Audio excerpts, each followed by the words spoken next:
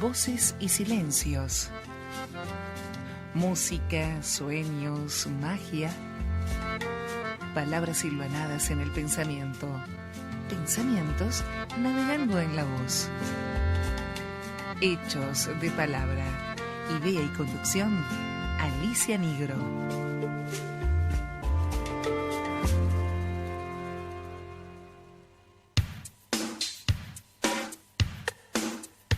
Radio Hermes también te escucha.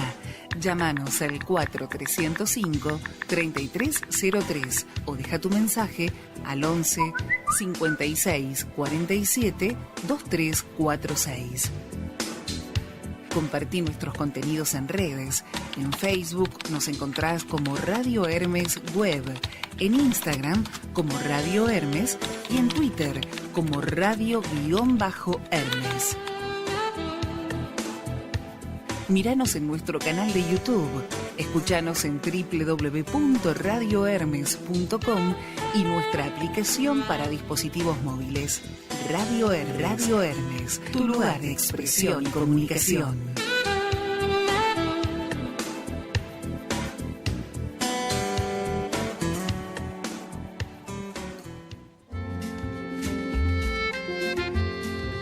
Entre voces y silencios nos va haciendo la palabra. Hechos de palabra. Todos los miércoles desde Radio Hermes, antes del atardecer.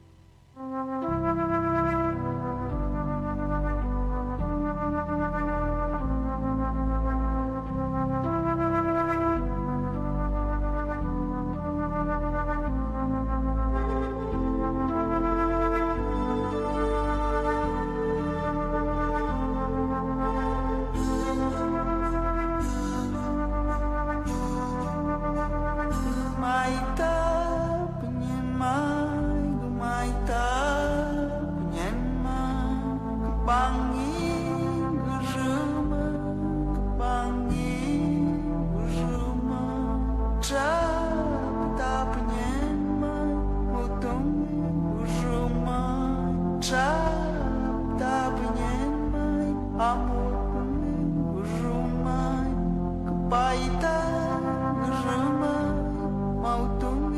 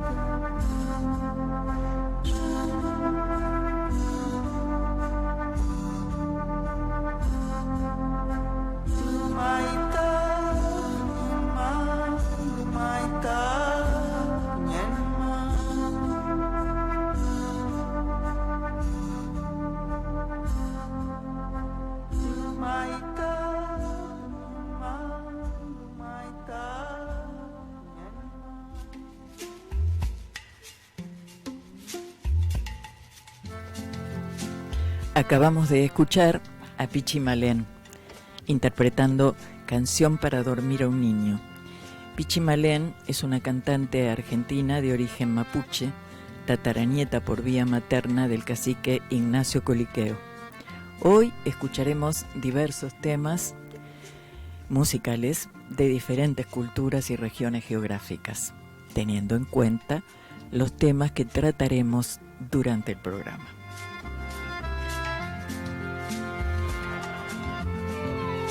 Y ahora sí, buena tarde para todos. Aquí comienza Hechos de Palabra. Mi nombre es Alicia Nigro y te propongo que nos acompañes en los 90 minutos que ya hemos iniciado. En la operación técnica y con su asesoramiento artístico-técnico, Pablo Duarte nos pone al aire, desde Radio Hermes hacia vos. Nosotros estamos aquí en el estudio de Radio Hermes, www.radiohermes.com. Y vos estás en algún punto de este infinito que habitamos, haciendo de la magia una realidad, porque este presente será nuestro presente cuando vos lo dispongas. Vos elegís. Y podés elegir vernos en forma directa, entonces ya estás conectado con Radio Hermes, o en forma diferida. Y entonces, ahí sí que no sabemos muy bien cuándo va a ser ese presente, que no es este, pero que será. Qué cosa rara, ¿no? Y que puede ser a través del canal de YouTube de Radio Hermes, o a través de las distintas formas de acceder al video de este programa en Spotify, en Twitch, en ebooks, y si querés podés escucharnos solamente en el podcast de la emisora. Dicho todo esto, vamos a una breve pausa musical, por supuesto. No hay nada nuevo, pero no todo está dicho. De construir construyendo para empezar de nuevo una y otra vez. Hechos de Palabra. Déjanos la tuya en el 4305-3303.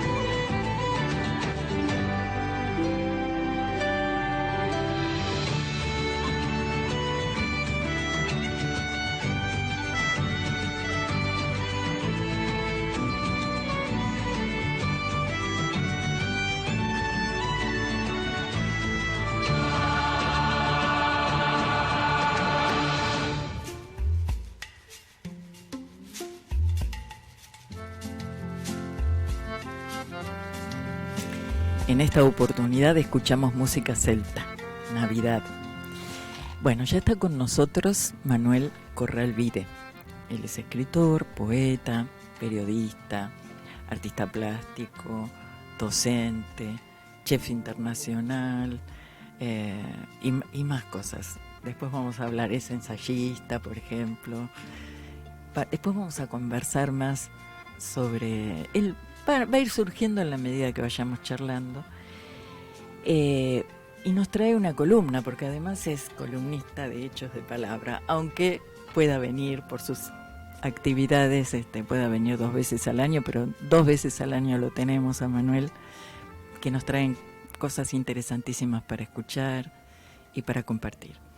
Y bueno, hoy nos trae Navidad, comidas, mitos y leyendas. Gracias por estar aquí, Manuel. Es un placer que estés en Hechos de Palabra. Muchas gracias por la invitación. Sí, vos no estás invitado. Es una invitación.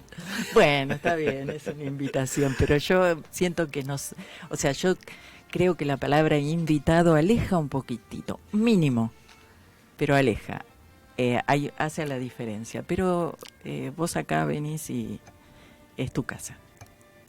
A la casa de uno no te invitan, es más, algunos dirán, no, ¿por qué no se irá? Pero no es tu caso. Queremos que vengas. Sí, bueno, no vamos a empezar con una discusión semántica, ¿no? No, y conmigo yo pierdo, así que con vos pierdo, así que no voy a discutir. No, pero sí puedo aprender, ¿eh? Pero de verdad, es un placer venir aquí. Obviamente, para la gente que no sepa, esta radio está dentro del Museo Duarte, con todas sus pinturas. Siempre, la verdad que cuando llego disfruto, ¿no? Sí. El espacio y por supuesto la hospitalidad de Pablo.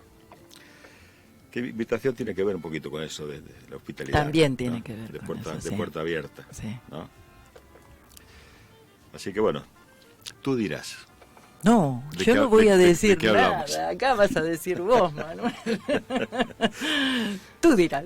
Bueno, vamos a hablar de... Vamos a arrancar porque elegiste el tema vos y cuando me lo dijiste, me dijiste, ¿te parece que hablemos de esto? Estamos en la fecha de las Navidades y un poco con los temas que vos seleccionaste aparecen, no te digo todo, pero aparece mucho de tus distintas profesiones, ¿no? Que las seguís desarrollando y ahora en serio muy profundamente, vos estás muy ocupado haciendo cosas muy lindas. La docencia en la UNLA, me encanta que estés haciendo docencia en la UNLA. Y bueno, habla vos, dale. Sí, estoy contento con la experiencia de UNLA porque trascendió un poquito los talleres tradicionales. Sí. Se armó un grupo maravilloso. A quienes les mando un saludo porque a muchos de ellos los conozco, son mis compañeros de otros talleres en la UNLA. Por supuesto. Y bueno, hemos logrado socializar más allá de Sí. de lo estrictamente pedagógico, ¿no? Sí. Así que realmente es interesante. Yo cuando hablo de estas festividades que en general tienen, por lo menos desde el punto de vista contemporáneo, en nuestro mundo cristiano, digamos, aprovecho para recordar aquellas cosas que fueron la esencia de la formación de lo que llamamos todavía humanidad y que tenía que ver con una profunda observación de la naturaleza. O sea, en tiempos en que la supervivencia misma de hombres y mujeres dependía de esa observación, de saber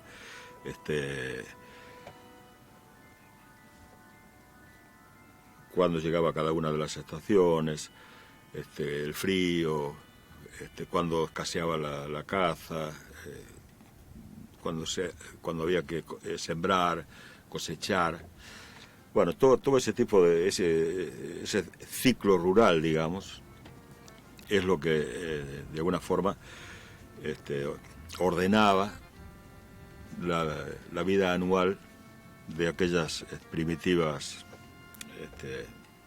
aldeas, todavía no ciudades, ¿no? Claro. Y eso sucedió en todo el planeta, ¿no? Y curiosamente, en la misma fecha se celebraba más o menos lo mismo, ¿no?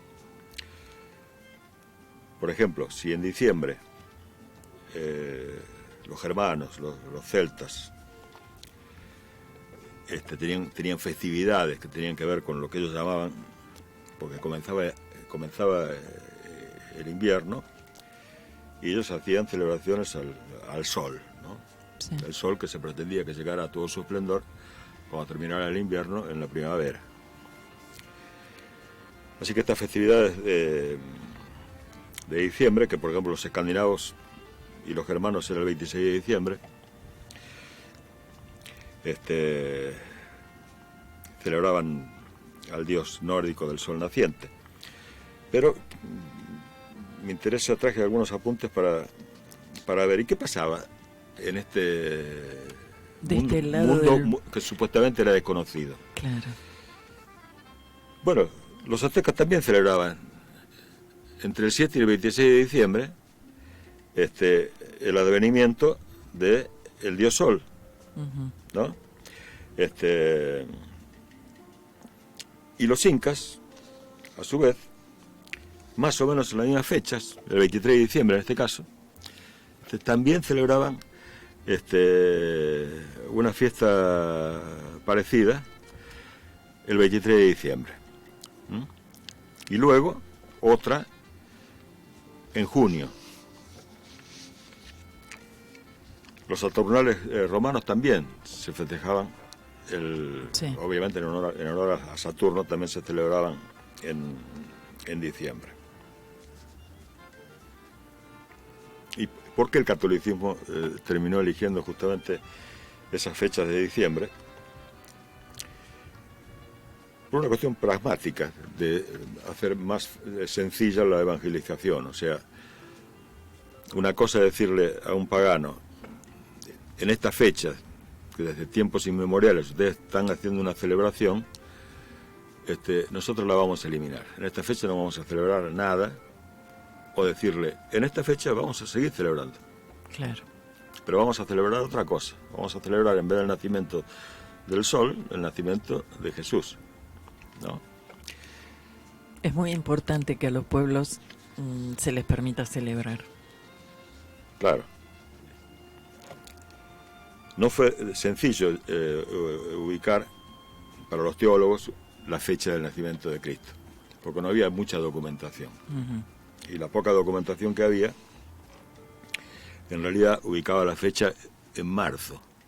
Claro, porque hacían una cuenta desde el nacimiento. Sí, hacían diferentes los carnavales cuentas, entraban en esto. Y el porqué de los censos, por ejemplo. O sea, recuerda que, según los evangelios, José y María se trasladan por el censo. Claro. Bueno, por sentido común, los romanos tenían cierto sentido común en algunas cosas, no iban a hacer que los hebreos se trasladaran en pleno invierno, claro, porque eran de propósito. O sea que probablemente el censo haya sido justamente en primavera. Por eso se planteaba... que tenían que irse de ahí. Claro, se planteaba que Jesús probablemente haya nacido en marzo. Después lo pasaron al 6 de enero. Y todavía hoy los ortodoxos festejan el 6 de enero, no el 25 de diciembre. Claro, y está relacionado con eso de los Reyes Magos. Claro. Esa estrella. Exacto. Y finalmente, por lo que decíamos antes de darles una festividad a los pueblos germanos y celtas, que eran los últimos que se evangelizaron en lo que hoy es Europa, que se decidió que fuera el 25 de diciembre. Todo esto lo digo porque, de la misma forma que vamos perdiendo otras cosas esenciales en esta posmodernidad que nos toca vivir, también estamos festejando fechas vacías de contenido. Nadie sabe, en definitiva, los pocos feligreses que de pronto todavía tienen la fe y que concurren a las iglesias, tienen un sentimiento religioso. Pero no recuerdan, y el otro día me hicieron una pregunta, hace una semana, en otra entrevista, más relacionada con la colectividad española o gallega, y me decían, ¿por qué la matanza del cerdo comienza el 11 de noviembre? Que casualmente es el día de San Martín, ¿no? Sí. Pero ¿por qué en noviembre? Y le digo, fíjate que justamente lo que festejaban los antiguos era este periodo anterior al invierno, donde había que proveerse de alimentos para pasar todo el invierno. Claro. Entonces, la matanza la matanza y la faena se produce durante todo noviembre, ¿no? Para hacer las salazones o secar distintas carnes, etcétera, para la conservación de los alimentos, claro. Para poder sobrevivir al invierno. Claro. O sea, que llegaran hasta esa fecha. Claro, no era una fiesta superflua o solamente para hacer regalitos o hacer compras en las tiendas especializadas, sino que todas esas festividades de las que participaban toda la comunidad, porque las matanzas, las cosechas, las siembras, en general era una tarea comunitaria, que obviamente tampoco ahora se hace. Claro. Entonces, es bueno recordar qué sentido tenían fiestas como la de la Navidad, ¿no? Y ver cómo esos ciclos agrarios eran respetados tanto en Europa como en Asia, como en África, como en América. Todos los pueblos originarios los respetaban porque sí, porque... Claro, porque estaba totalmente ligado a la vida cotidiana. Exacto. Y a las necesidades que esa vida imponía. Tal cual. Y no hay nada más básico y esencial como la alimentación, por ejemplo. Obvio. ¿No? Sí, muy, muy linda la relación que estás estableciendo. Casi todo lo que las invasiones, las expansiones, las migraciones masivas que hubo en la antigüedad, el descubrimiento de América, todo siempre tuvo que ver con alimentos. Claro. ¿No? Aquí, llegar a América era, en principio, para conseguir las especias, nada más. En principio era eso. Colón soñaba con eso. Cómo esquivar una zona peligrosa y llegar al mismo lugar. Claro. Tenían cortado el paso natural, claro. Porque había caído en manos musulmanas Jerusalén y toda la zona que comunicaba con la ruta de la seda, en fin, y las Islas de las Especies. Y se encontraron con que aquí había mucho más que especias. Claro. Porque de hecho en este momento aún la gastronomía oriental, si no tiene tomate, si no tiene pimientos y una cantidad de otros productos americanos, no la entendemos. Claro. ¿No es cierto? Así que sí, todo tiene que ver con la alimentación y la observación de la naturaleza, pero como que vamos quitándole importancia a eso. Uh-huh. Porque a diferencia de aquellos hombres y mujeres, vamos al supermercado. Claro. Y suponemos que ahí tenemos solucionado todo nuestro problema alimenticio. Bueno, algunos suponemos eso porque tenemos con qué ir al supermercado. Sí, claro. Pero aún la gente con pocos recursos o indigentes sí. No tienen acceso a una producción propia de alimentos. No. Salvo en un país como el nuestro, que es muy extenso y hay distintos pueblos, todavía existen personas que cultivan para autoabastecerse, ¿no? Para vivir, pero es mínimo. Es mínimo. O sea, el problema de la soberanía alimentaria, en definitiva, vamos a hablar de eso Sí. en breve, pero hablamos. tiene que ver con que justamente hombres y mujeres han perdido todo conocimiento de cómo se puede sembrar o cosechar, Claro. o cómo se puede mantener alguno de los tantos animalitos domésticos, ¿no? Se desnaturalizó, lo natural y se naturalizó. Claro, no Una forma de vida no que se nos sabe. aleja, claro, nos aleja de la naturaleza. Claro, yo no podría decir que sucede en zonas urbanas o suburbanas, pero no, sucede también en lugares donde hay posibilidad de tierra fértil. Sí, sí. Pero Totalmente de acuerdo, pero si no sí. tienes el conocimiento, No podés. no te sirve de nada, Claro. ¿no? Los antiguos lo que hacían era justamente, a partir de estas festividades, hacer que toda la población, desde los más pequeños, ya fueran incorporando esos conocimientos, Claro. ¿no? Conocimientos que eran básicos para sobrevivir, ¿no? Así que no todo es arbolito de Navidad en la Navidad, Claro. valga la redundancia, ¿no? Claro. Entre paréntesis, el famoso arbolito, que eran robles al principio, Ujú. porque los germanos y los celtas, el árbol sagrado de ellos era el roble. Qué hermoso que es ese árbol. ¿Y qué hacían ellos?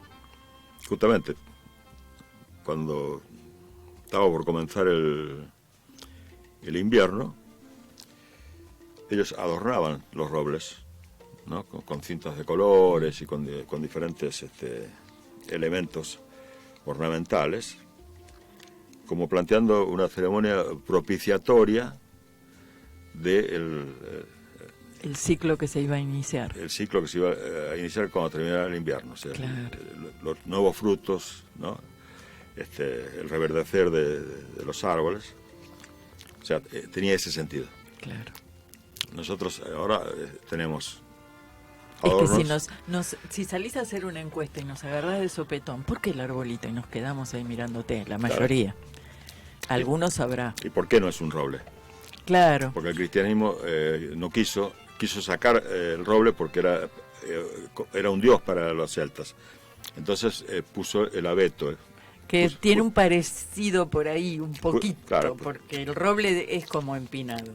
Sí, pero... Es un empinado muy especial, ¿no? Sí, pero... Termina en punta, por lo lo pronto. que quisieron hacer los primeros evangelizadores era utilizar un árbol que no fuera considerado Dios, Claro. ni sagrado por esas gentes, ¿no? Claro. Y así hay muchas otras cuestiones. Por ejemplo, el tema del San Nicolás, que después transformado en Papá Noel.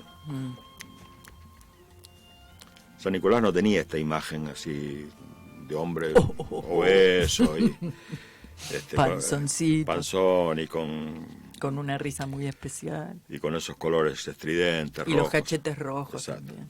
O sea, San Nicolás se supone, si existió, que era un monje que supuestamente daba regalos a los niños y ese tipo de cosas, pero fue recién a principios del siglo XX que un buen publicista de una conocida gaseosa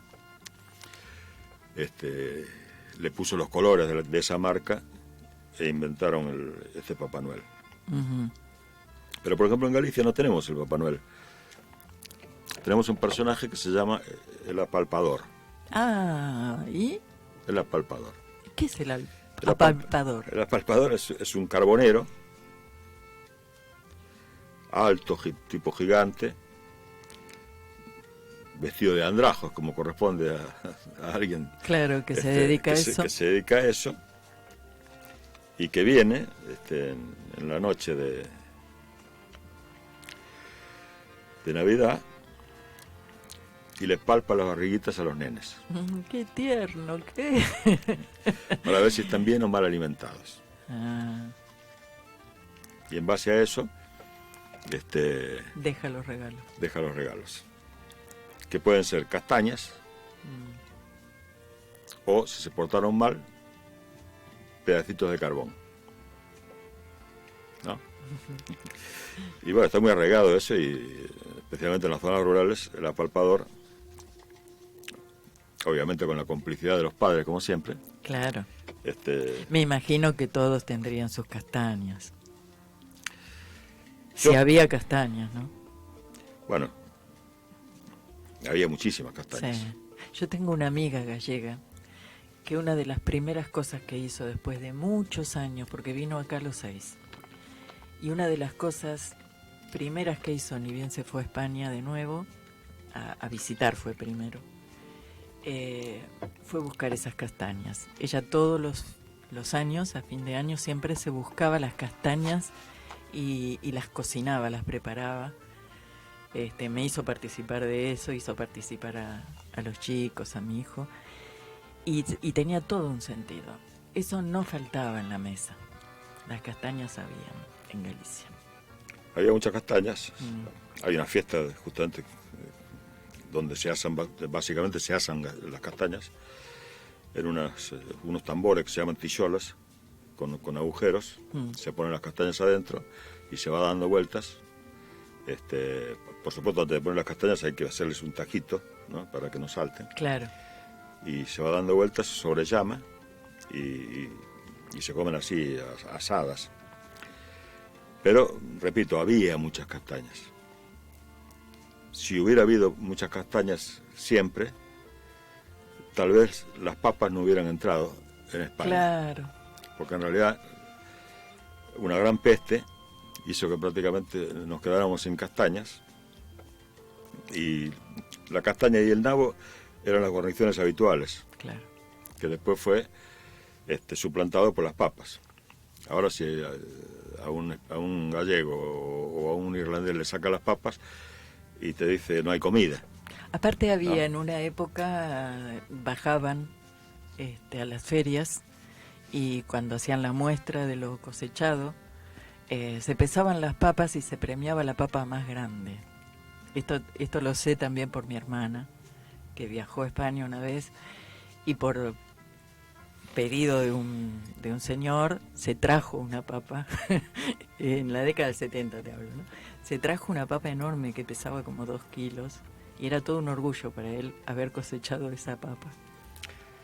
Qué cosa increíble, ¿no? No, sigue habiendo esa... Yo la vi, si no, no lo creería. No, pero sigue habiendo... Eso también se hace en otros países, por supuesto. Sí, pero estamos hablando de Galicia. Estamos hablando de Galicia, pero te quiero decir, no es exclusivo. En el campo y en las zonas rurales suele haber ese tipo de concursos, claro, ¿no?, para ver quién saca la patata más grande, el repollo más grande, la calabaza más grande. Eso no sé si se sigue haciendo, ¿eh?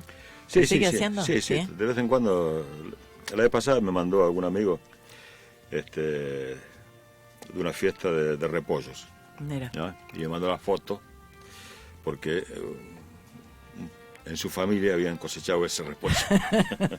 Estamos hablando de hace 6, 7 años. Sí, mira.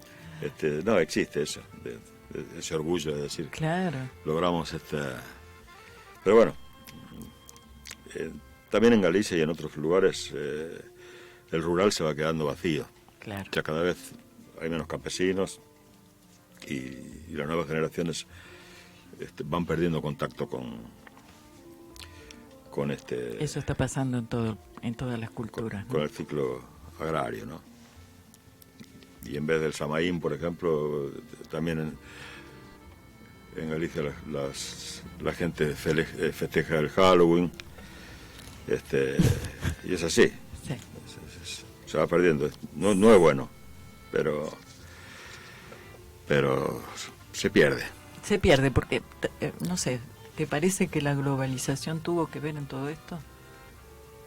Esa globalización, entre comillas, que ocurrió con la caída del muro, y después se aceleró con la aparición de las redes sociales, de la internet más específicamente, que acortó distancias, que tiene algo que ver en todo esto. Yo creo que comenzó todo a partir de algunos inventos para conservar los alimentos. O sea, la revolución en entreguerras y de la década del 50, por ahí. Y de la posguerra, después de la Segunda Guerra Mundial, que es donde comienza realmente la industria de la alimentación. Claro. Entonces, y aparecen las heladeras, por ejemplo, después de la guerra. Claro, sí. Como consumo masivo me refiero, ¿no? Sí, pero el tema es que la industria de la alimentación lo que hace es tratar de unificar lo que hay que consumir, o sea, está de alguna manera como tratando de crear menús planetarios. Claro. ¿No? Pasando por arriba las culturas, las costumbres. Claro. Bueno, el ejemplo más claro es el tema de la hamburguesa, casi un ícono. Claro. ¿No? Que todo el mundo coma hamburguesas. Y de esa manera, eso sumado a lo que se llamó la Revolución Verde, a partir de 1960, que en realidad la Revolución Verde, casi en términos ideológicos, yo diría que fue una contrarrevolución, porque la fomentaron, la financiaron y la promovieron la misma industria. La misma industria promovió esa Revolución Verde con el apoyo de las Naciones Unidas y otros entes multilaterales, que decía que en 30 años la industria de la alimentación, junto con los fabricantes de los agrotóxicos, para lograr cosechas intensivas, iban a acabar con el hambre en el mundo. Uh-huh. Eso está escrito, no lo pueden desmentir que dijeron eso. Sí, lo pueden desmentir, no importa, bueno, que esté escrito. La cuestión que mucha gente creyó que sí, que de esa manera se iba a producir más y entonces iba a haber... a mayor producción, menos hambre. Menos hambre.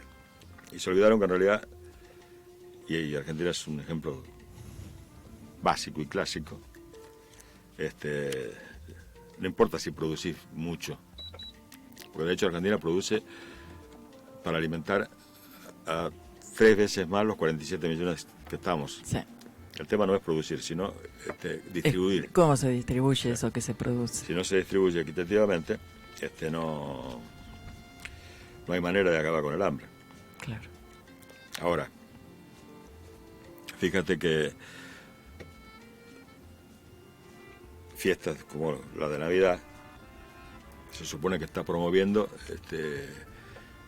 esa cosa de dar, ¿no? De ofrecer al que no tiene, ¿verdad? De compartir el pan. De compartir el pan. Pero es pan dulce, Manuel. No es pan. Bueno, es pan dulce. Pan dulce. Bueno, nuestro pan dulce obviamente viene del panettone italiano, ¿no? Claro. Eso no hay. Ya, hice una bromita fuera de... No, pero está bien, porque vamos a hablar también del pan dulce. Cómo comemos y por qué comemos. Claro. El panettone... Que por otra parte es muy rico. Sí, es rico. No lo decís muy seguro. ¿Eh? No lo decís muy seguro. No soy un aficionado al pan dulce. Al pan dulce, la verdad que no. Yo ahora de grande me aficioné al pan dulce y de un pan dulce. Hay un pan dulce que voy a comprarlo en Lanús. Ah, en Lanús. En Lanús. Pensé que ibas a... En Delight. Ah, mira. Frente al Club Lanús. Les hago propaganda, se lo merecen. Es un pan dulce muy rico, está todo el año. Bueno, una de las leyendas más extendidas de la creación del pan dulce tiene que ver con...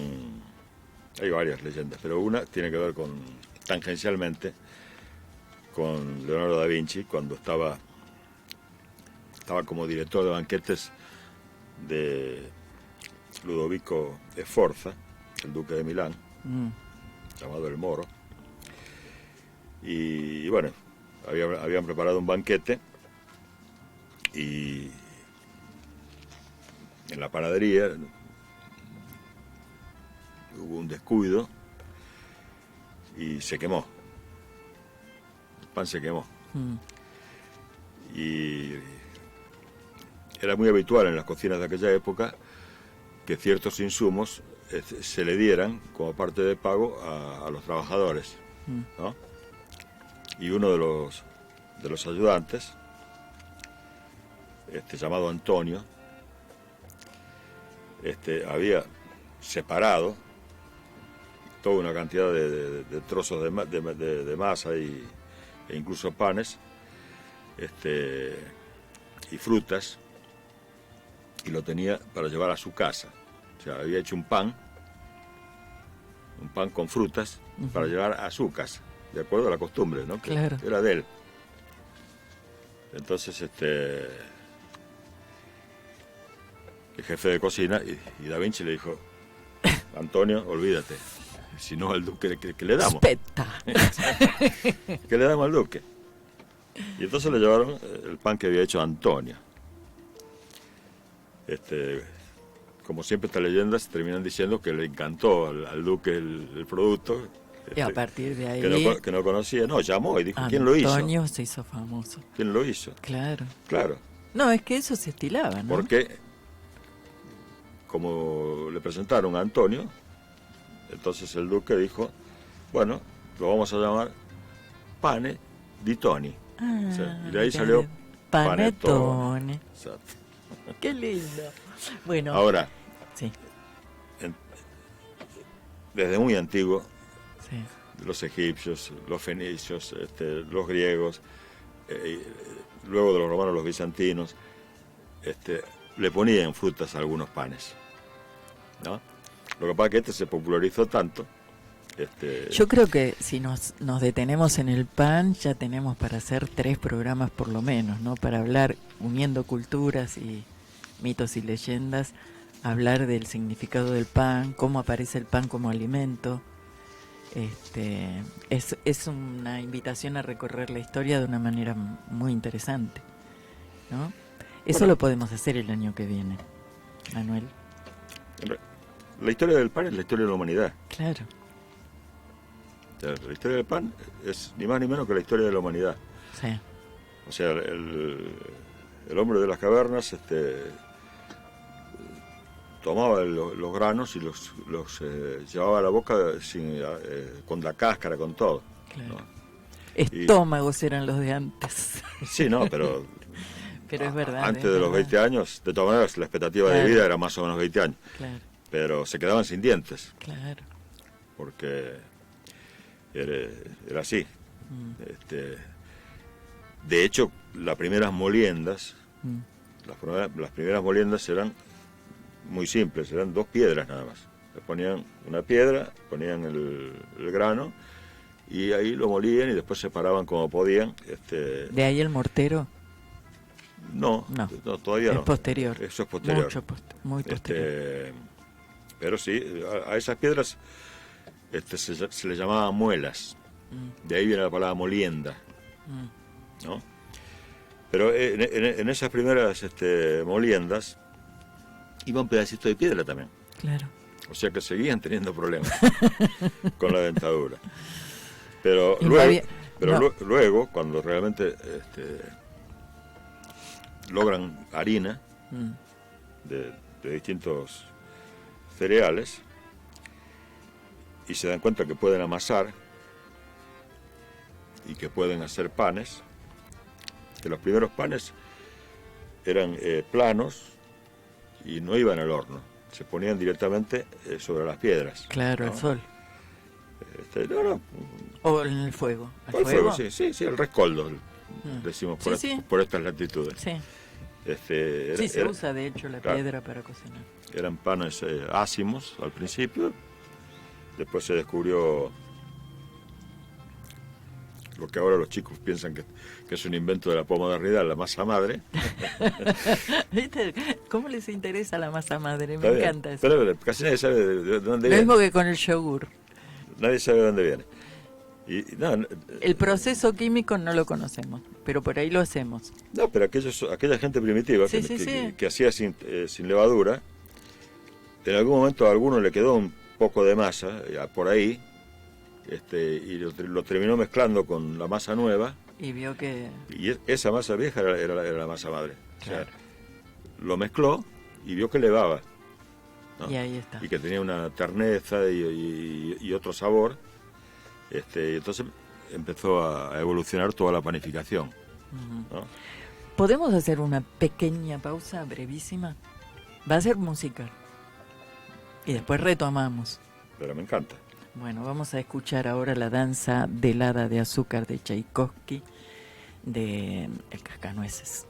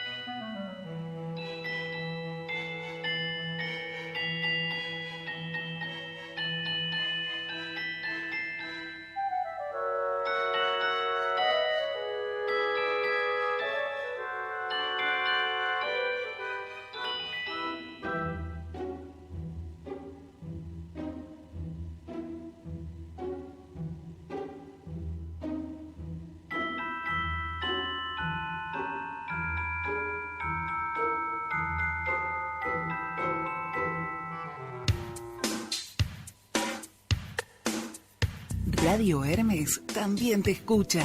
Llámanos al 4305-3303 o deja tu mensaje al 11 56 47 2346. Compartí nuestros contenidos en redes. En Facebook nos encontrás como Radio Hermes Web, en Instagram como Radio Hermes y en Twitter como Radio-Hermes. Míranos en nuestro canal de YouTube, escuchanos en www.radiohermes.com y nuestra aplicación para dispositivos móviles. Radio Hermes, tu lugar de expresión y comunicación.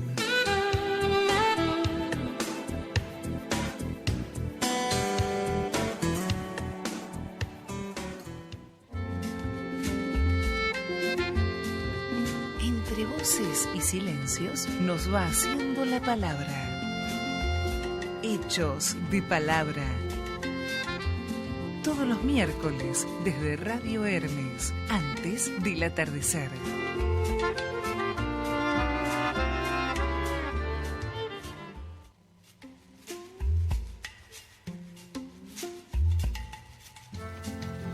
Es las 16:53. Estamos en una conversación muy interesante con Manuel Corral Vide, escuchándolo muy atentamente porque estamos haciendo un recorrido, digamos, por la cultura del ser humano, ¿no? Del hombre en general.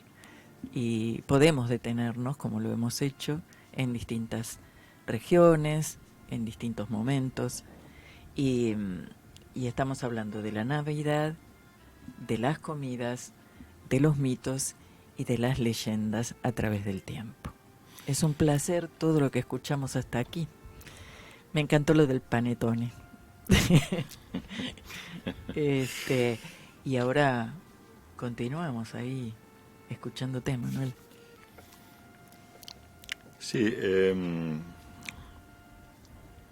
como decía al principio, a pesar de que aquí los pueblos originarios tenían sus propias fiestas de invierno, Sí. entonces la lógica era que las siguieran celebrando. La iglesia, que ya tenía estas fiestas paganas que mencionamos antes, como cristianas, o sea, Navidad, Reyes, Pascua, ¿no? Quiso que se celebraran exactamente en la misma fecha. Y desde el punto de vista gastronómico crearon una incongruencia total, que básicamente sufrieron los inmigrantes. Los inmigrantes venían de comer en Navidad platos contundentes, en pleno invierno, Claro. con nevadas, y entonces había que comer comidas con muchas calorías, guisos, ¿no? Y llegaron aquí 38, 39 grados, 40 grados. tenemos que comer el bacalao. Es tremendo, ¿no? Y bueno, y lo hicieron durante mucho tiempo Sí, hasta que eso se hizo. después, poquito a poco,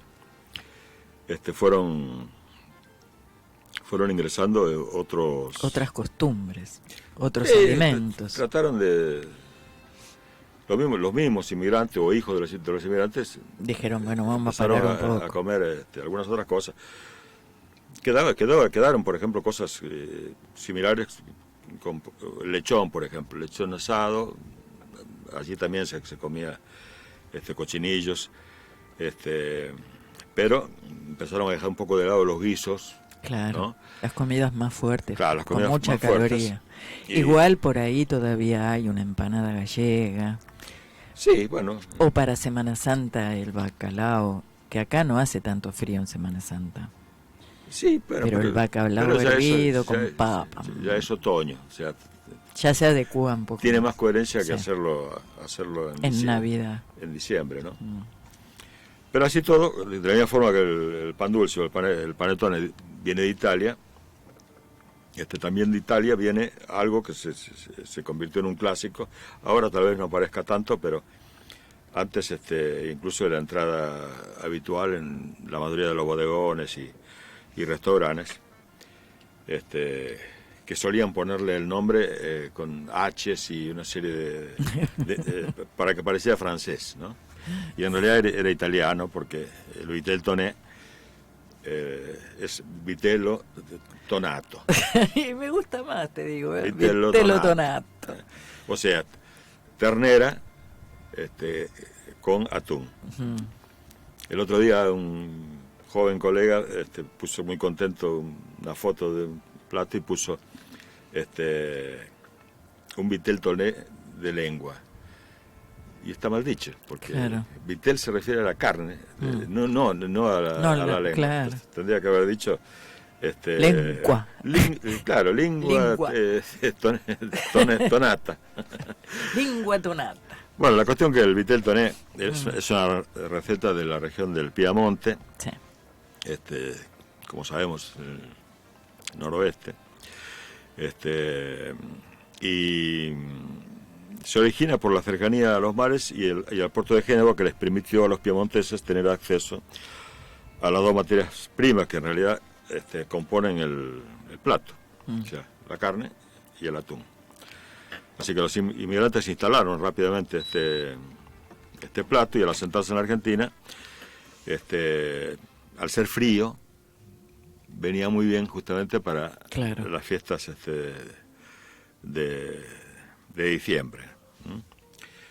El verdadero, ya sabes que tiene alcaparras, tiene anchoas, después se fue aligerando, se le fue poniendo, algunos ni siquiera ponen crema, lo hacen con mayonesa, en fin, lo van aligerando.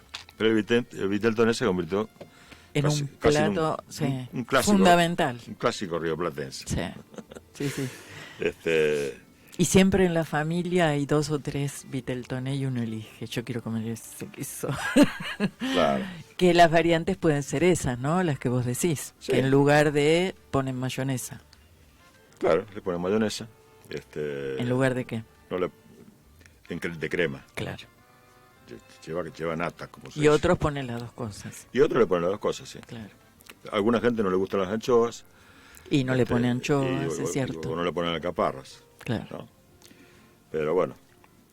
A mí me lo des como me lo des, me lo como, qué rico. Sí. Es rico. Bien hecho, está realmente rico. Sí. Acá generalmente se hace con peseto, ¿no? Sí. Otro plato que suele aparecer cuando todavía se hacían reuniones familiares y que era bastante adecuado para gente que no sabía cocinar nada, era el pionono, ¿no? El pionono. Y por ahí aparecían 5 o 6 piononos, ¿no? Sí. Ahora, pero igual yo no hacía pionono, te digo. Ahora el pionono, a pesar del nombre, no nació en Italia. Mira. Nació en España. Mira. Y es curiosa la leyenda porque nació en Granada, en Andalucía, cuando un repostero humedece una especie de bizcocho con una especie de almíbar o jarabe, lo enrolla y como que quema azúcar en la parte de arriba y en ese momento estaba el Papa Pío IX, o sea, Pío IX. Claro. Y el tipo con una gran imaginación dijo, se parece bastante a la figura del Papa, aparentemente era flaco y alargado, y dice, así que le vamos a llamar Pío IX. Y era un poco enroscado, por lo visto. Claro. Así que lo bautizó Pío IX y quedó como Pío IX, y probablemente haya llegado con la inmigración de principio del siglo XX a la Argentina, ¿no? Se adapta mucho porque ahora ya directamente se compra el bizcocho delgadito. Claro. Que no es lo mismo, En algunos casos que se hace. Se aporteña bien con el dulce de leche si va a ser dulce. Es rico. Pero también puede ser salado con jamón y otro tipo de cosas. Mi cuñada hace un plato salado con pionono. Genial. Así que eso vino de España. Después acá se van tomando otras formas que son, vos dijiste, rioplatenses. En este caso sí. Sí, en este. Sí. Hay cosas que no se pueden... las recetas generalmente no respetan las fronteras políticas. Claro. Nunca. Por eso de pronto hay una gran controversia a veces con algunas recetas entre Paraguay, Misiones, Corrientes. Claro. Dice, no, es nuestra. No, es nuestra, dicen los misioneros. No, los correntinos dicen... Como nosotros con Gardel y Uruguay. Claro. Es mío, es tuyo, claro, pero, sí, pero ahí es una pero cosa la más, comida existe más allá de... Pero el tema de la comida es que en realidad no es de ninguno, es de todos. Claro. Porque la chipá, por ejemplo, hay una discusión tremenda. Sí. Pero es de todos, porque... Yo pensaba que era paraguayo y punto. No, porque es de la región guaranítica. Claro. Y la región, de la misma forma que Uruguay se independizó de lo que era el efímero virreinato del Río de la Plata. Paraguay también se independizó del virreinato. Era de este virreinato. Sí, además esas fronteras que uno no termina de entender, inclusive entre las provincias a veces, ¿no? Por eso te digo, las recetas no respetan las fronteras políticas. Claro. Muchas veces hay platos muy parecidos. Imagínate, ahora que estamos con este tema del Mundial, todos los países que formaban parte de Yugoslavia tienen una gastronomía igual. Claro. ¿Cómo haces? Por más que después se desmembraron, la gastronomía es la misma. Claro. Toda la zona es así. Pero bueno, vamos por ejemplo con otras cosas de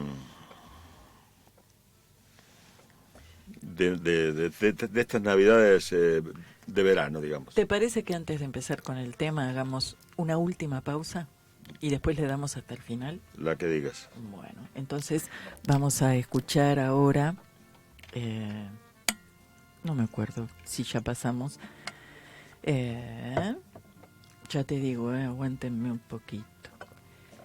Aranuna, la quería anunciar especialmente, con Miranda, que es una hermosa cantante, Marluí Miranda, que representa al norte de los pueblos originarios de Brasil. Y vamos a escuchar una canción muy, muy bonita que se llama Aranuna. Y Aranuna es un guacamayo, pero específicamente este guacamayo es azul. Está bueno.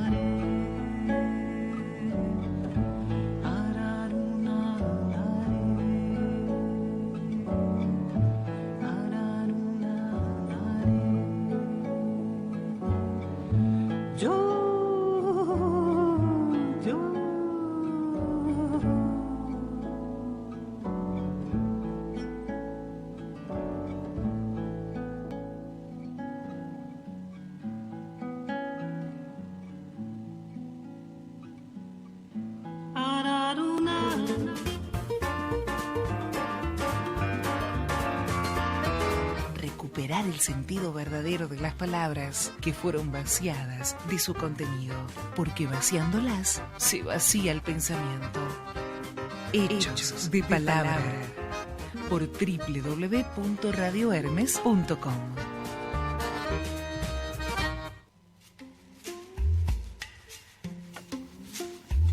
Es las 17:08. Esto es Hechos de Palabra. Estamos en www.radiohermes.com. Estamos en compañía de Manuel Corralvide.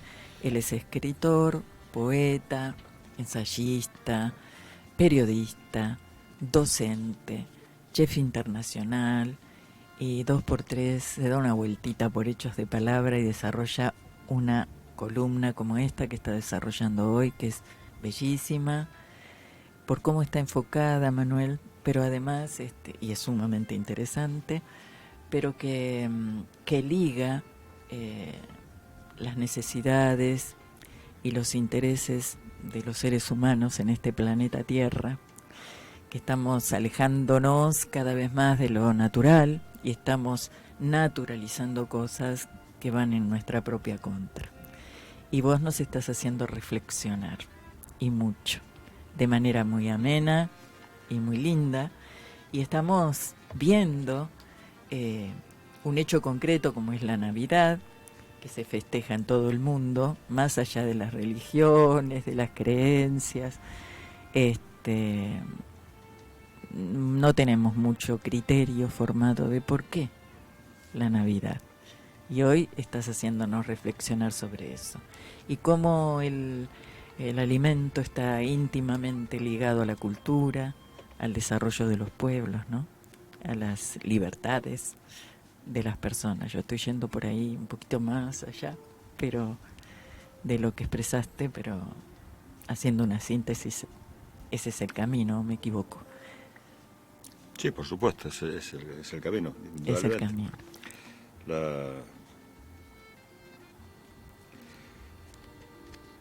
El otro día decía en una charla que sin memoria no hay identidad. Claro. Sin memoria no hay identidad. Claro, claro. Y sin identidad no hay libertad. Porque uno tiene que tener una identidad bien fuerte, justamente para poder comprender las identidades de los demás. Y respetarlas. Y entonces lo que nosotros hacemos aquí mismo, por ejemplo, hoy, es tener memoria, o sea, recordar de dónde vienen estas fiestas, qué sentido tenían esos ciclos agrarios, para qué se celebraban las de invierno para poder aprovisionarse de comida antes de que llegaran los grandes fríos, la de otoño, la de primavera, que es casi todas las fiestas que tienen que ver con la fertilización son de primavera. Bueno, tenían un sentido de ordenamiento también, claro, ¿no? Entonces, si nosotros nos olvidamos de todo eso, nos van a terminar ordenando nuestra vida de acuerdo a, en vez de ciclos agrarios, a ciclos de consumismo. Claro. ¿No? Entonces, ¿no terminaron? No, y las grandes cadenas y las grandes publicidades se hacen justamente en estos momentos, ¿no? Sí. Grandes ofertas de Navidad, grandes ofertas de Semana Santa, claro. Grandes ofertas en diferentes momentos del año. Pero bueno, estábamos diciendo un poquito de dónde venían ciertos alimentos. Ya nos estábamos metiendo en el Río de la Plata. Claro, estábamos contando un poquito cómo los descendientes de los inmigrantes fueron adoptando platos un poco más acordes con lo natural de acá. Sí, no, y con la estación, o sea, con la naturaleza de acá. Con el verano, ¿no? Claro. Igual algunas cuestiones gallegas, tanas, no, pero están, ya dijimos, polacas o lo que fueren, las tenemos todavía. Claro, el vitel toné, ya dijimos, viene de Italia. Sí. El pionono viene de España. Pero se adaptó de alguna manera, o sea, el vitel toné en Italia no lo comían en invierno. Claro. Lo comían en estaciones más calurosas. Claro. Así que nosotros lo trasladamos a donde corresponde, a diciembre. Pero otro plato que solía estar en las mesas era, por ejemplo, la lengua a la vinagreta. Claro. ¿No? Pero la lengua a la vinagreta me parece a mí que es un plato que está más allá de la Navidad. Aparece. No. Aparece en el menú, qué sé yo, en cualquier momento del año. O si vas a comer afuera, por ahí pedís como entrada lengua a la vinagreta. Sí, cada vez está menos en los sí. restaurantes. ¿Y eso por qué es que está cada vez menos? Porque no es un plato caro. No, o no era, no era hasta donde yo estoy informado. Ahora es caro. Ahora es caro. Pero porque lo quisieron hacer caro, porque la lengua era un corte barato. Sí, bueno, la entraña venía con las achuras. Claro. Y ahora es, el plato. Tienes razón. Hay que pedirlo porque está de moda. O sea, hay platos y insumos que se ponen de moda. Y al ponerse de moda, pasan a tener otros nombres con H's intermedias y griegas. Claro, exactamente. No, estamos hablando de cosas que se pueden comer todo el año, pero que normalmente en las mesas familiares suele haber lengua de vinagreta, suele haber ensalada rusa. Claro. Que bueno, con la ensalada rusa acá se dio... Por empezar se llama rusa, pero en realidad la inventó un francés. Esto es para confundir un poquito. Lo que pasa es que el francés es Olivier, estaba como chef del restaurante Hermitage de Moscú. Sí. ¿No? En una época donde los zares, si hubieran podido, hubieran trasladado a todos los franceses a su corte porque amaban todos los franceses. Claro. Y entonces aparece mucho en la literatura eso. Exacto. Entonces Olivier hizo una ensalada, y cuando volvió a su país y la ensalada empezó a trascender, la empezaron a llamar ensalada rusa, y con el correr de las décadas comenzó a perder ingredientes, ¿no? Sí, se fueron quedando en el camino. Claro, porque en esta época va a quedar la papa nada más. Bueno, sí, más o menos. Para estas navidades va a ser papa. Papa, zanahoria y arveja. Bueno, en España se llama ensaladilla, no se llama ensalada rusa, pero aquí de la ensalada rusa se terminó inventando dos mayonesas, la mayonesa de ave y la mayonesa de atún. Mira. Que en realidad es básicamente una rusa a la que se le agrega atún o se le agrega trocito de pollo. Claro. ¿No? Bueno, ese es un invento más o menos argentino, ¿no? También siempre suele estar en esas mesas. Algo que también era muy popular y que ahora incluso en lugares, en restaurantes y eso, que el clericó. El clericó, pero es antiguo el clericó. Es de otras décadas, ¿o no? Bueno, yo estoy en desacuerdo con que los platos tengan no, pero sean una moda. Bueno, pero las modas existen, ¿o no? Sí, si no, ¿de qué estamos hablando? Hay cambios. Los cambios los va dando también la situación económica por ahí, la posibilidad de comprar determinada cosa. Entonces lo vamos adaptando hasta que desaparece. Claro. El clericó, yo me acuerdo que existía, por ejemplo, en las reuniones cuando estaban los grandes y los chicos. Yo nunca probaba el clericó. No sé si es porque le ponían mucho alcohol, como era la historia, pero no había clericó en mi casa.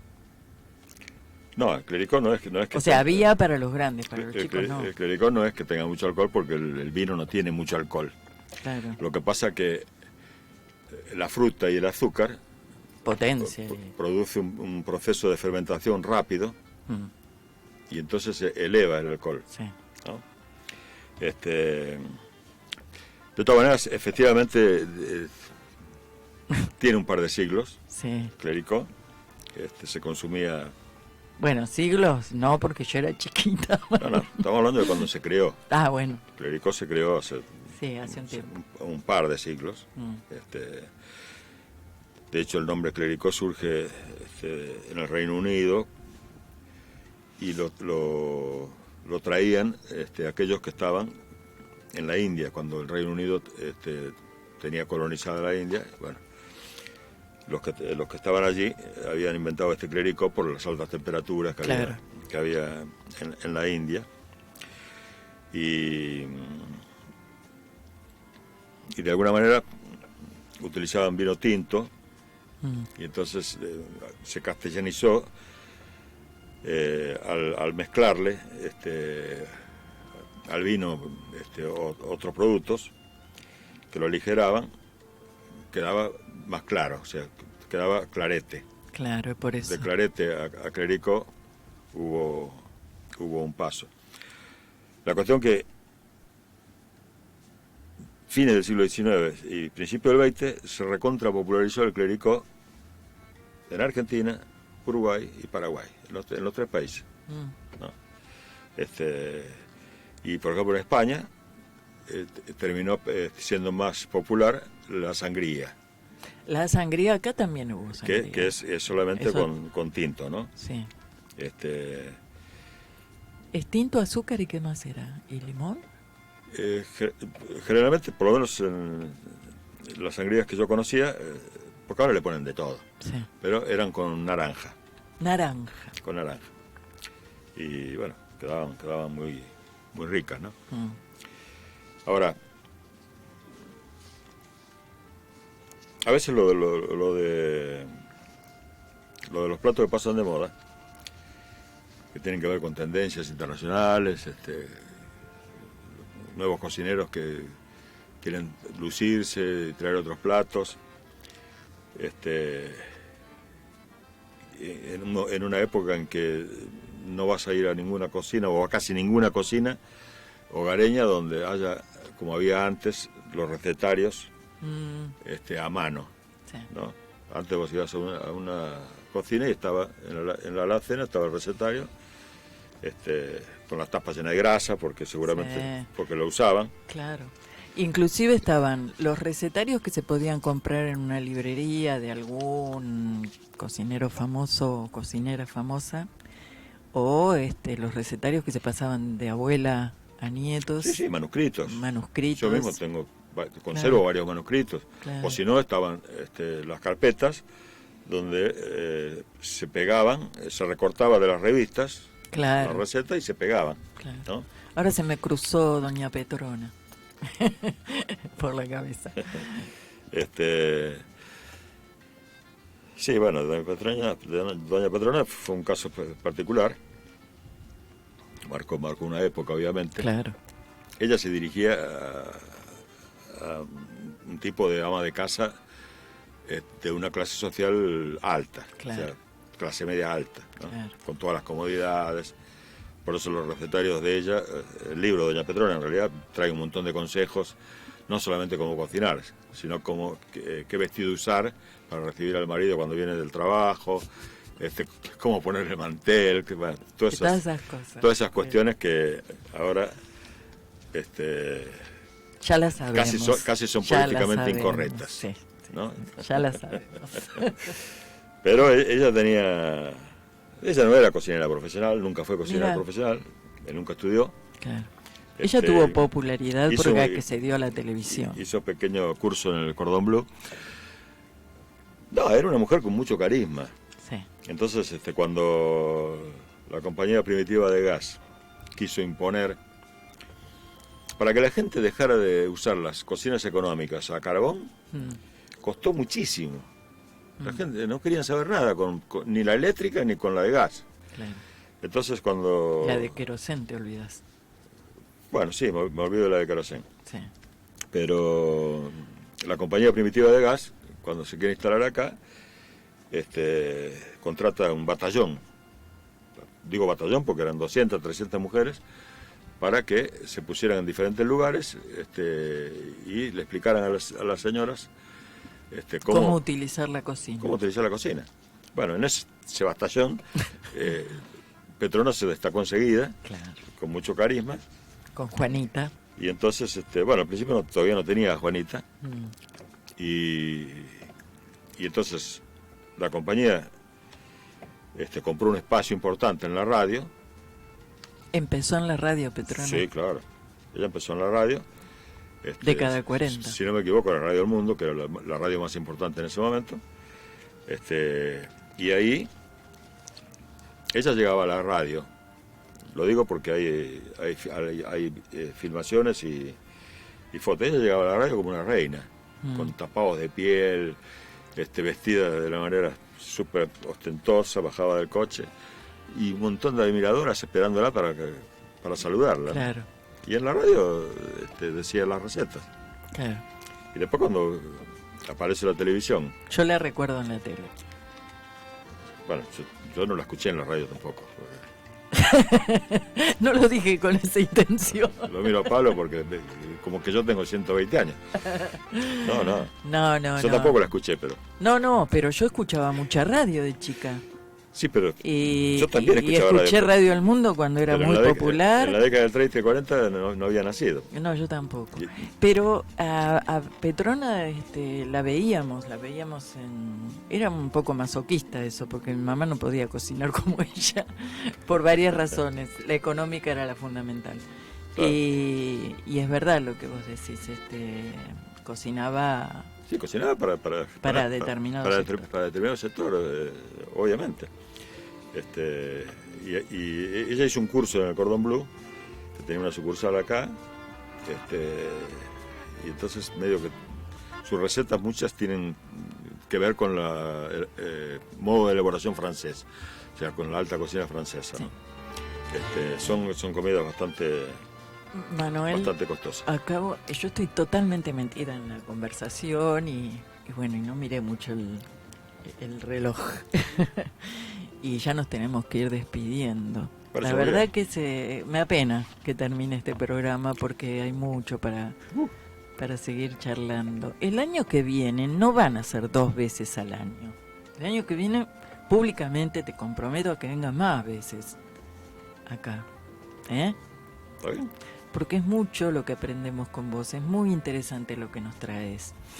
Y realmente estas cosas están en la memoria, están en tu memoria por lo pronto. Y cuando vos las hablás, quienes te escuchamos, florecen algunas cosas de esa memoria. A lo mejor no las vivimos directamente, a lo mejor las vivimos a través de nuestros abuelos, pero vamos recordando y recordando se hace la identidad. Y se explican algunas cuestiones que vivimos en el presente y que debiéramos modificar. Entonces, o por lo menos nos abrís puertitas para preguntarnos cosas. Eso ya es un montón.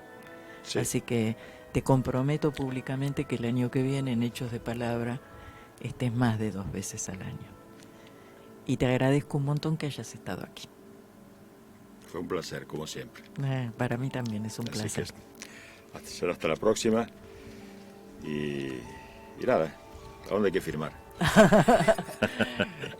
La palabra, somos de esa época, la palabra tiene un valor, sin firmar. Gracias, Pablo Duarte, por ponernos al aire. Gracias a vos que estás en tu casa escuchándonos. Te pido que no te vayas, que ya vienen las chicas del teléfono, de la mano de Silvia López, mi compañera. Hasta la semana que viene.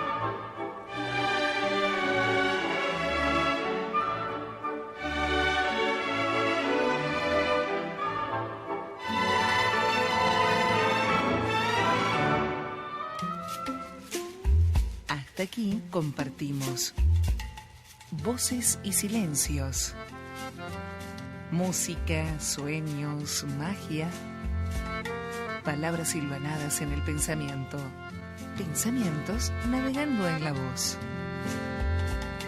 hechos de palabra, idea y conducción Alicia Nigro.